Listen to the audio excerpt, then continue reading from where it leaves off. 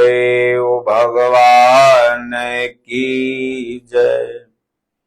राजा रामचंद्र भगवान की जय। ओम नमः पार्वती पतये हर हर महादेव। सज्जनों, आज के भगवत चर्चा में हम सब लोग ये जानने का प्रयास करेंगे कि तप क्या है। बहुत से लोग बीच में बैठ करके संत जन चारों तरफ से गोईठी आग गुलिया लेते हैं और बैठ जाते हैं। बहुत से लोग जटा बढ़ाते हैं, बहुत से लोग मौन व्रत धारण करते हैं, बहुत से महात्मा जन लोग एक शाम भोजन करते हैं, बहुत से महात्मा लोग दिगंबर रहते हैं, बहुत से महात्मा लोग एक वस्त्र पहनते हैं, बाकी शरीर उघार रहता है, वस्त्र से नहीं ढका रहता है। बहुत से महात्मा लोग भभूति लगाते हैं और इसको हम सब लोग तप समझते हैं और कहते हैं कि फलाने महात्मा तपस्वी हैं। कोई एक टाइम भोजन करता है, कोई फलाहार ही रहता है। लेकिन वास्तविक तप क्या है, इस पर श्री रामचरितमानस क्या कहती है, गीता क्या कहती है,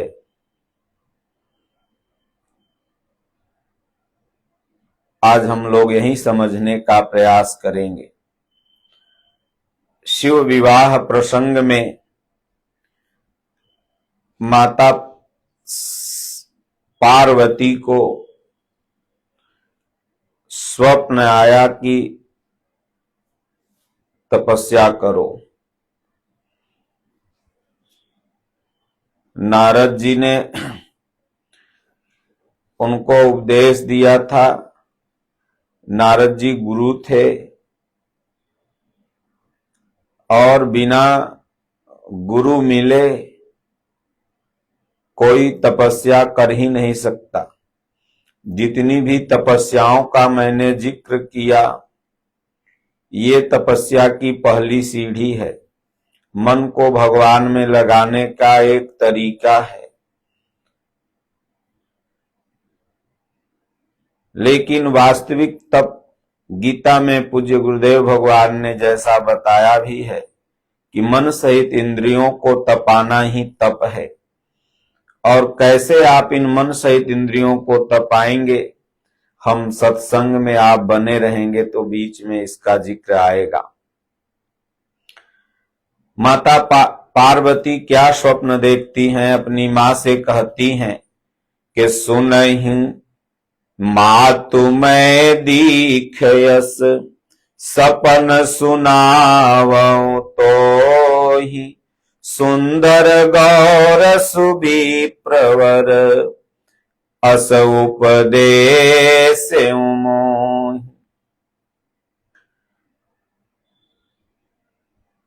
माता पार्वती कहती हैं कि स्वप्न में मैंने देखा मां कि दो ब्राह्मण आए हुए हैं विप्र वेश में और वो हमें उपदेश दे रहे हैं कि करहि जाई तपुशैल कुमारी नारद कहा सो सत्य विचारी। क्या उपदेश दे रहे हैं, तो कह रहे हैं हे पार्वती, नारद जी ने जो कहा है वो सत्य है। पूज्य गुरुदेव भगवान जब चित्रकूट सती अनसुईया में स्वामी परमानंद जी महाराज की शरण में, दादा गुरु महाराज के शरण में पहुंचे तो जब आप साधु महात्मा के पास प्रथम दृष्टया शुरू में जाते हैं तो उनमें विश्वास नहीं टिक पाता है। गुरुदेव भगवान का भी विश्वास पूर्ण रूप से दादा गुरु महाराज में नहीं टिक पा रहा था। तो स्वप्न में उन्होंने, भगवान ने अनुभव बताया कि अनादिकाल से जैसे महापुरुष होते आए हैं वैसे ही ये महापुरुष हैं, आप इनका ध्यान धरो, बेड़ा पार हो जाएगा। तो विश्वास हो गया। वहीं स्वप्न माता पार्वती जी को भी, ये सभी महापुरुषों को, सभी संत जनों को ऐसा हृदय में जो साधना करते हैं भगवान बताते हैं। महाराज कहते हैं 12 आना हृदय से भगवान बताने लगते हैं, 4 आना बाहर से बताते हैं। तो जब ये सपना सुनाई तो माता और पिता को, हिमांचल और मैना को यह वचन अच्छा लगा और वो लोग भी कहे कि नहीं बेटी जाओ तप करो। आज भी हमारे भारतीय संस्कृति, सनातन संस्कृति की परंपरा है, सुंदर और योग्य वर के लिए कन्याएं भगवान शिव का, कोई 16 सोमवारी, कोई 8 सोमवारी, कोई सावन की सोमवारी व्रत रहती हैं कि सुंदर, सुशील और योग्य पति मिले। एक तरह से उनकी शॉर्ट तपस्या है। तो मातु पितहि पुनियः मत भावा, तप सुख प्रद दुख दोष न सावा। इस संसार में अगर सुख पाना है और दुख को नष्ट करना है तो उसका माध्यम है तपस्या। तप करो, तप मतलब मन सहित इंद्रियों को तपाओ। और कोई दूसरा कारण नहीं है। न नीमुआ टांगने से होगा, न मरचा टांगने से होगा, न चुनरी बांधने से दुख नष्ट होगा और न सुख आएगा, और न नारियल बांधने से। अगर सुख की प्राप्ति और दुख का नाश करना है तो उसका आधार है तपस्या। ऐसा माता पार्वती के माता पिता और गोस्वामी तुलसीदास जी रामायण में लिख रहे हैं। तो मन सहित इंद्रियों को तपाना ही तप है। हमारी जो इंद्रियां हैं, आपकी जो इंद्रियां हैं, ये बहकती हैं। ये कान सुंदर सुंदर विषयोत्तेजक बातों को सुनना चाहता है, आंख उसी तरह का दृश्य देखना चाहती है आनंदित होने का, मुख हमेशा उसी तरह का गंदा विचार व्यक्त करना चाहता है। ये जो हमारी 10 इंद्रियां हैं ये बहिर्मुखी हैं। इनको अपने अपने स्वाद से हटा करके तपस्या में लगाना, भगवान में लगाना ही तप है। अगर आग जोड़ करके बैठ जाना ही तपस्या होता तो न जाने कितने वर्कर, जहां पर छड़ बनता है, रड बनता है, लोहा गलाया जाता है, वहां का टेम्परेचर उस बैठे हुए आग से ज्यादा रहता है। वो तो सबसे बड़े तपस्वी हो जाएं। अगर एक टाइम भोजन करना ही तपस्या है तो न जाने कितने, यानी 25% आज भी भारत में लोग एक टाइम खाते हैं, एक टाइम भूखे सो जाते हैं। तो वो सबसे बड़े तपस्वी हो गए। अगर वस्त्रों को परित्याग कर देना ही तप है तो न जाने कितने ऐसे लोग हैं जो ठंडी में वस्त्र नहीं है उनके पास, कंबल बिस्तर नहीं है, वो तपस्वी हो गए। अगर मौन रहना ही तपस्या है, मौन व्रत धारण करना ही तपस्या है, तो वह व्यक्ति सबसे बड़ा तपस्वी हो गया।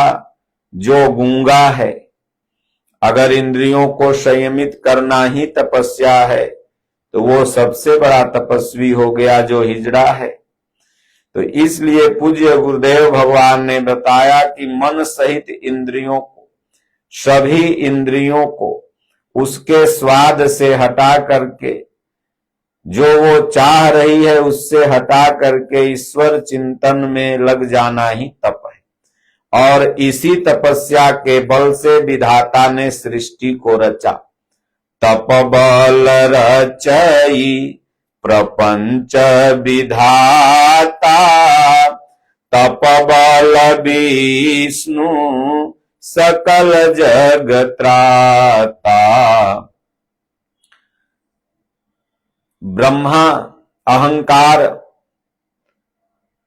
मन शशि चित्त महान, ये बुद्धि ही ब्रह्मा है। अहंकार शिव, बुद्धि यश, मन शशि चित्त महान।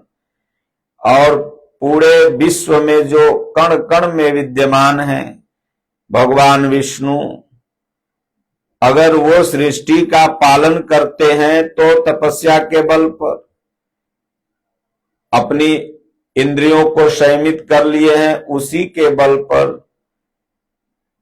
तप बल शंभु करहि संघारा, तप बल शेषु धरहि मही भारा। भगवान शिव को संहार का देवता माना गया है, महाकाल माना गया कि संहार करते।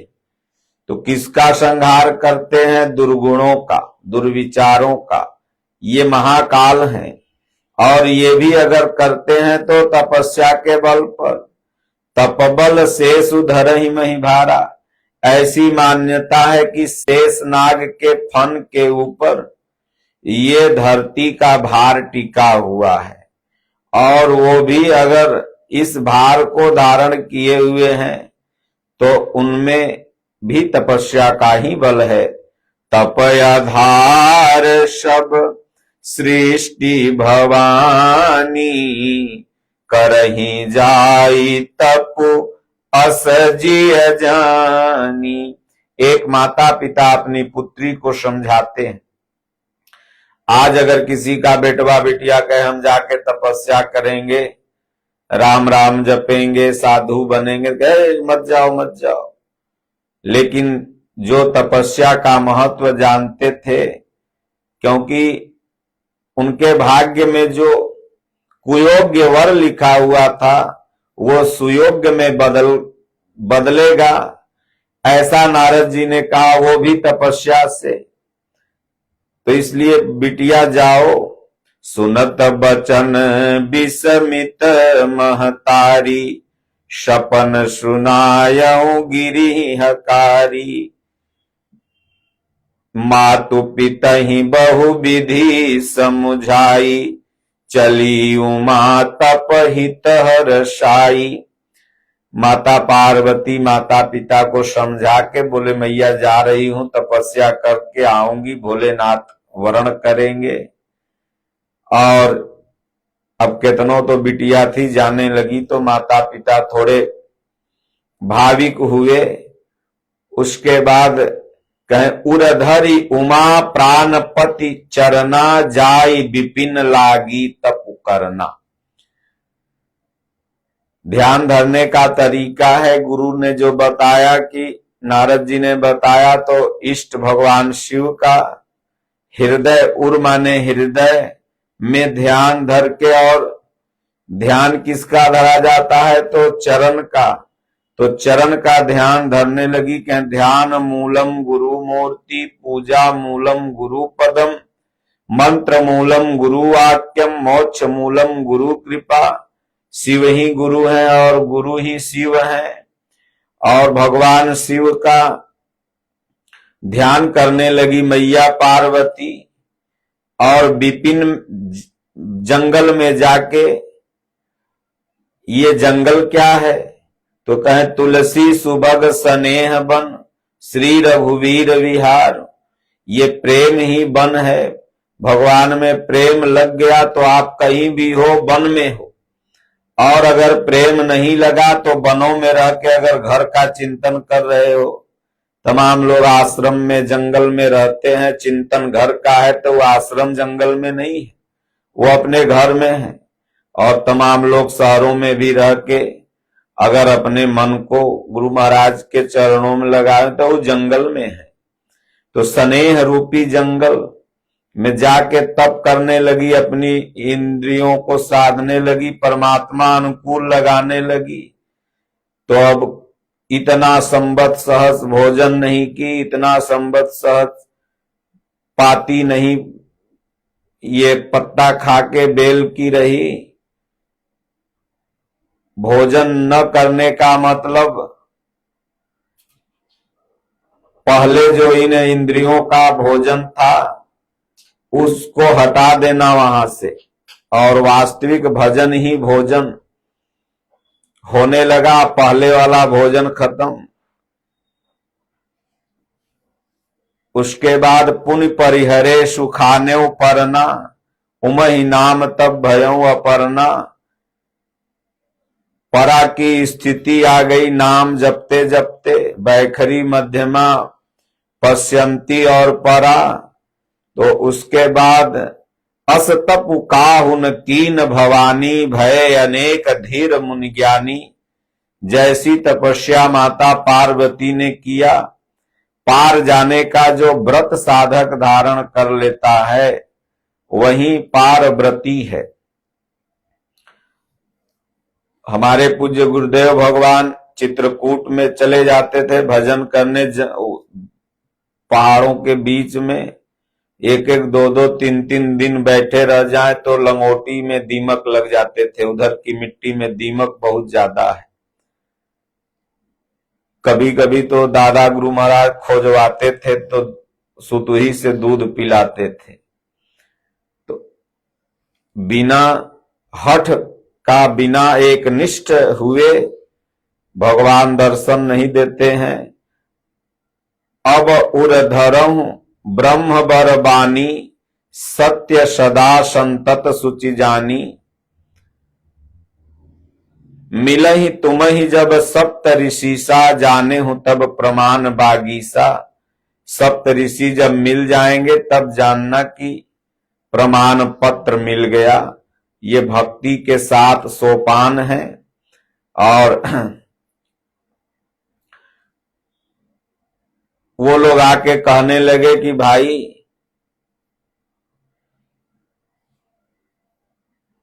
शंकर जी को छोड़ो, उनमें क्या रखा हुआ है, हम तुम कहूं बर नीक विचारा। तब माता पार्वती ने कहा, बरहु शंभु न तरहु कुमारी, कोटि जन्म तक रगड़ हमारी। तब जब एक निष्ठता देखी तब उन लोगों ने कहा, धन्य हो माता, आप जगदम्बा हैं, जगजननी हैं। तो अभी नवरात्र बीता है तो वहीं माता पार्वती का जो 9 नाम है यही 9 रूप है। तो इसलिए तपस्या का मतलब यह नहीं होता कि आप, भगवान बुद्ध अपने शरीर को एकदम ध्यान नहीं देते थे। एक दिन राजगृह के पहाड़ पर बेसुध गिर गए। सुजाता नाम की एक कन्या थी, वो गाय उसके घर में बियाई थी। तो जब 15 दिन बिसौरी पूड़ जाता है तो लोग भोलेनाथ के मंदिर में दूध ढारने जाते हैं, चढ़ाने। तो वो जा रही थी लोटा में लेके, पहाड़ी पर शिव मंदिर था। रास्ते में देखी एक महात्मा बेसुध पड़े हुए, कंठ सूखा हुआ है, तो पानी नहीं ली थी, दूध था, तो वह दूधवे सुतुही सुतुही पिलाई भगवान बुद्ध को।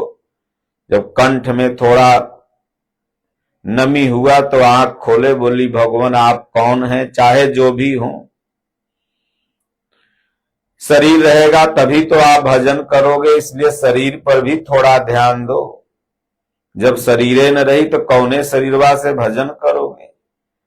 तब बोली बड़े बड़े गुरु मिले लेकिन असिला गुरु तुम हमारी बनी।